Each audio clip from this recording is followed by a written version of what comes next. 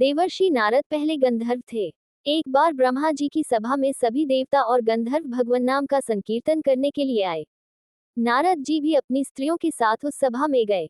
भगवान के संकीर्तन में विनोद करते हुए देखकर ब्रह्मा जी ने इन्हें शाप दे दिया। जन्म लेने के बाद ही इनके पिता की मृत्यु हो गई। इनकी माता दासी का कार्य करके इनका भरण पोषण करने लगी। एक दिन गांव में कुछ महात्मा आए और चातुर्मास्य बिताने के लिए वहीं ठहर गए। नारद जी बचपन से ही अत्यंत सुशील थे। वह खेल कूद छोड़कर उन साधुओं के पास ही बैठे रहते थे और उनकी छोटी से छोटी सेवा भी बड़े मन से करते थे। संत सभा में जब भगवत कथा होती थी तो ये तन्मय होकर सुना करते थे। संत लोग इन्हें अपना बचा हुआ भोजन खाने के लिए दे देते थे। साधु सेवा और सत्संग अमोघ फल प्रदान करने वाला होता है। उसके प्रभाव से नारद जी का हृदय पवित्र हो गया और इनके समस्त पाप धुल गए। जाते समय महात्माओं ने प्रसन्न होकर इन्हें भगवान नाम का जप एवं भगवान के स्वरूप के ध्यान का उपदेश दिया। एक दिन सांप के काटने से उनकी माता जी भी इस संसार से चल बसी। अब नारद जी इस संसार में अकेले रह गए। उस समय इनकी अवस्था मात्र 5 वर्ष की थी। माता के वियोग को भी भगवान का परम अनुग्रह मानकर ये अनाथों के नाथ दीनानाथ का भजन करने के लिए चल पड़े।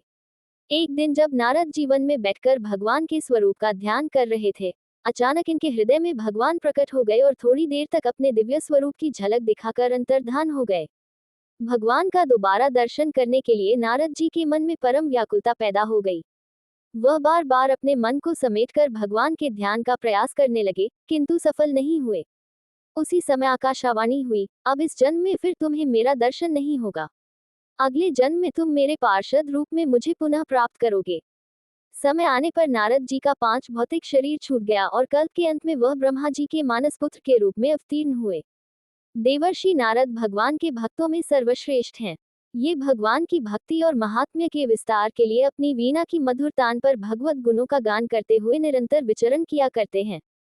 इन्हें भगवान का मन कहा गया है।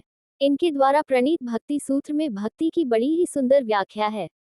अब भी यह अप्रत्यक्ष रूप से भक्तों की सहायता करते रहते हैं। भक्त प्रहलाद, भक्त अम्बरीश, ध्रुव आदि भक्तों को उपदेश देकर इन्होंने ही उन्हें भक्ति मार्ग में प्रवृत्त किया। इनकी समस्त लोकों में अबाधित गति है। इनका मंगलमय जीवन संसार के मंगल के लिए ही है। ये ज्ञान के स्वरूप, विद्या के भंडार, आनंद के सागर तथा सब भूतों के अकारण प्रेमी और विश्व के सहज हितकारी हैं।